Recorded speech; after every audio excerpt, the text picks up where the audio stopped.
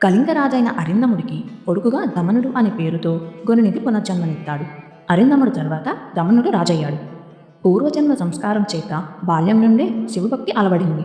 రాజ్యాధికారాన్ని పొందగానే రాజ్యం అంతటా శివధర్మాలను ప్రచారం చేసి అనేక నూతన శివాలయాలను నిర్మించాడు.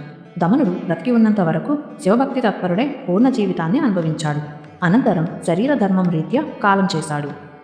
మొదట గుణనిధి తన ఉత్తరీయపు టంచుతో భక్తి చేసి శివుని ముందు దీపం పెట్టిన పుణ్యానికి తదుపరి జన్మలో దమనుడనే రాజుగా జన్మించి శివారాధనలతో దీపదానాలతో పుణ్యాత్ముడై ఆ మరుసటి జన్మలో సాక్షాత్తు బ్రహ్మదేవుని మానసపుత్రుడైన పులస్త్యుని కుమారుడు విశ్రవసుకు కుమారుడుగా జన్మించాడు.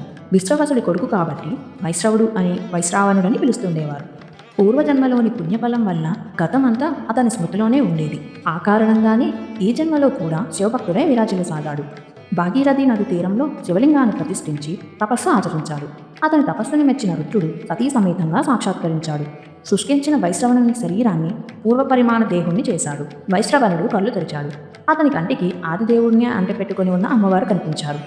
ఆమెను చూసి అసూయపడ్డాడు. అసూయతో ఈ విధంగా అన్నాడు: నేనెంత తపస్సు చేసినా ఏం లాభం? నా స్వామికి సర్వస్వం అయిపోయిన ఈ స్త్రీ కన్నా అది కూడాను కాను కదా. ఈమె తపస్సు ఎంత గొప్పదో కదా అనుకుంటూ ఆమెను అదే పనిగా చూడసాగాడు. మహాసాధ్వి అయిన మహేశ్వరి వైశ్రవణుని చూపును గురించి మహాదేవునికి వివరించబోయింది.